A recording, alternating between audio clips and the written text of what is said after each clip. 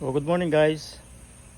So, today ay nakaschedule tayong magkaling itong aking mga tricolor mollies at saka itong aking mga marble. Then ito yung sort ko mamaya, ikakaling natin. Yan. So sila ay lahi ng platinum gold. And ito kasi tapos na ako dito sa malalaki. Then ito yung marble.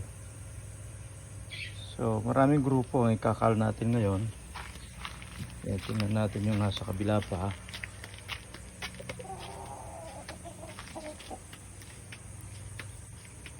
Okay, so ito pa So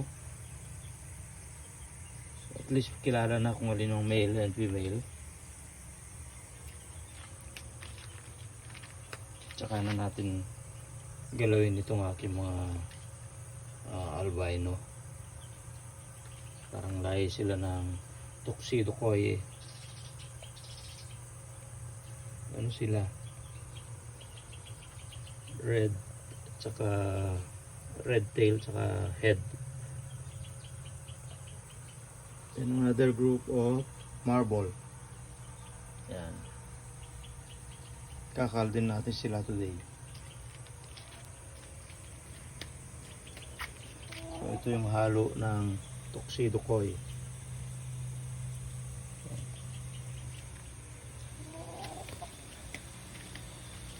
So balik tayo dito. Madami akong mga bagong hats na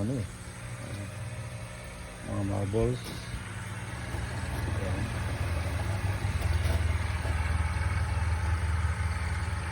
Almost right, pero tsaka maglalabas ang batik pag lumalaki na.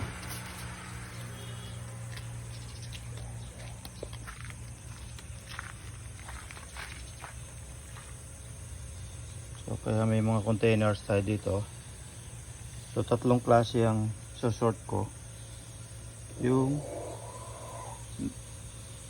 dito, females, dalawa in colors. Ito yung mga elongated ang katawan. Kahit sila ay molly, meron kasing nagiging parang ordinaryong isda na lang siya. So ito guys yung mga females. Ito yung mga male na napili ko. Then yung mga undetermined na medyo nagchapsoy na, ayan. Then yung mga maliliit pa, ihiwalay ko na lang.